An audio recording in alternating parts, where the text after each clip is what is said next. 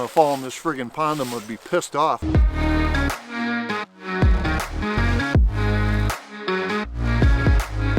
Hey guys, Charley the plumber here. Hey, you guys have all followed me in the past when I did camp tours. So here I stand in the middle of our main highway. I figure I would do a camp tour of Shady Acres for you. That way you can see the way we hunt. When you enter into our property, 75 acres, we are in the Sunrise side of Michigan.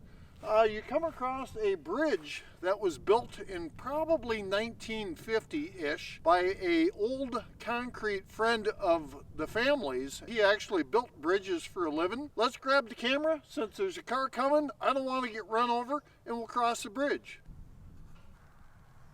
So you can see coming across that bridge, sometimes it gets a little sketchy. Them are a solid oak board, 3 inches thick, 16 feet long. Usually we replace these things about every 10 years. Basically they're nutted and bolted to the steel frame underneath, and then we put like a almost like a tar surface up on top to help maintain the board for long term. So we operate on propane here. So there's the tank there. Cabin itself, I believe it's 24 square, 2 bedrooms, shower in the bedroom, 1 bath. We'll show you all that, but we got 2 outbuildings. We got a pole barn that we put up probably about 20 years ago, and then the barn that's been here forever is the old gambrel roof barn. So this here is a crock well that's been here as long as I can remember. This crock well actually is spring fed, and the water level is just basically below where I'm standing. And basically what this does is it feeds the pond out back.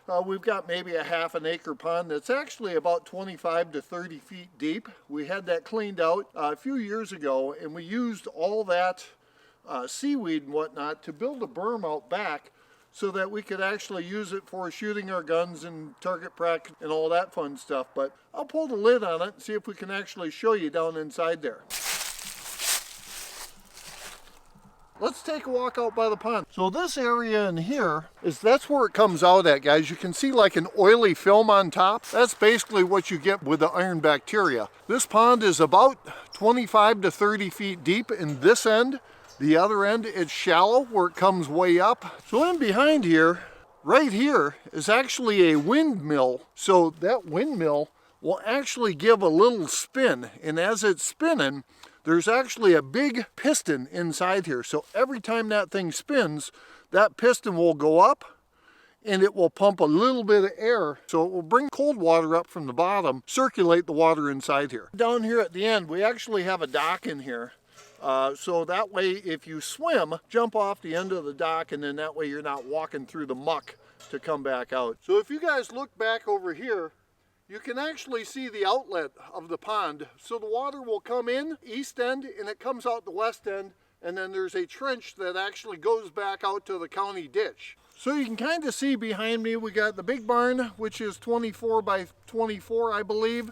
The small barn, probably, I'm gonna say 12 by 16, something like that. And then the cabin behind us. So like I've spoken in the past, a few years ago, we had the 75 acres completely cut. So they clear cut it because we had the emerald ash borer trees, and they cut pretty much everything that didn't have a tree stand in there or nails or something from years ago. So you can see it's pretty barren. That blind that's out there that you see now, that's Grandpa's old blind. Not too far from the back of the cabin. That's the way he liked it, so that he could get up, he could sneak in the woods in the morning and come out before everyone else was out. There at the end, he was driving a side-by-side out there and parking. That was his hunting spot. So pretty cool. We still keep that thing up. We've got a little food plot that we put out in front of him. We set his camera up so that Grandma can watch the camera, see if there's any deer and whatnot. So a few years ago, we had a big windstorm come through here.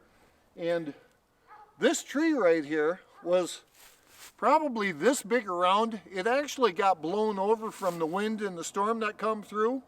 And we had insurance come in here, they cut it down. So we got that taken care of, but they left a stump here. Jay Bear, bless his soul, he's no longer here with us anymore, but he drove over top of this stump when he was leaving one day. When he drove over the edge of the stump, he got the front tire over, and then the back tire actually stuck on the running boards. So what we had to do is we had to get a hand jack. We jacked up the front of the truck so that we could slide the whole thing over so he didn't rip the rest of his running board off. So usually during the summertime, there's an American flag that sticks in the top of that tree so that no one else runs it over. So here it is, guys. Here's the back of the cabin. Nothing to really write home about. It's not a log frame. It's not a timber frame. It's nothing like that. Here, probably about 15 to 20 years ago, we did put the red siding on it. So it looks like it's a red cedar shake siding. It's got the little cupola, I think it's called, or dog coop up on top of the house. That's just because all 4 of them corners come up to a point, and there was really no way to get a good seal, so we actually put the cupola on top. That pretty much gives you the outside tour. 75 acres. We've got a few deer blinds on here, and that's primarily a hunting cabin.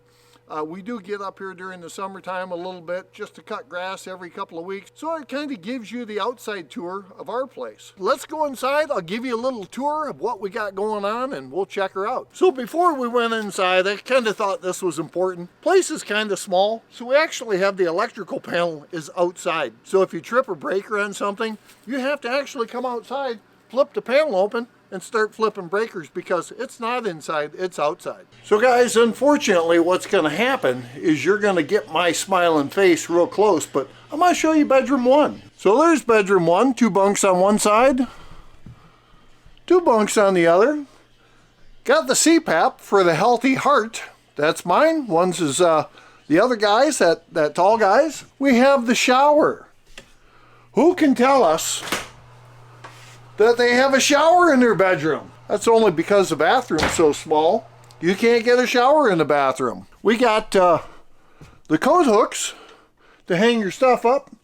Got to come off the old bungee cords here. Small closet that we use for paper and paper towel and TP and all that fun stuff. So not a whole lot to look at, guys. Got the hooks for the towels. There's part of the mechanical room. Got the hot water tank. Got the jet pump and the pump tank. That line there is where we take water off for mopping the floors. There's the back coat rack. Got our towels, pans, whatnot. Another rack for storage. Don't have a whole lot of storage, guys. We do have side-by-side refrigerator though, baby. Got the microwave, some of the water jugs for coffee. Got a little bean soup on the stove for lunch. That'll be awesome. There's our spice rack. Got the coffee rack. You always got to have a coffee rack. When you're standing here doing dishes, want to make sure you can look out the window. These guys here, they're like a friggin' staple around here. We can't get rid of them. During the summertime, you got a bunch of ladybugs, Japanese beetles. These are them stink bugs. You can suck them up. You can bomb in here, everything else. And they just keep coming back. I think they're in the up in the attic, and they just come out from every which way you can find it. We did do a remodel on the kitchen a few years ago. New oak cabinets, stainless steel sink, Moen faucet. Got the coffee corner. The old kitchen table. We've had this for many years.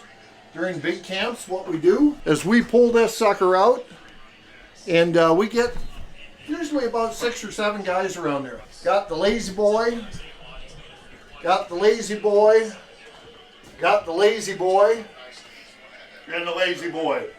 Couple of rocking chairs. Pops his old pig that he shot years ago. So here's the overview of what you see from the drone footage from Small Town Laser Creations. So here's bedroom 2.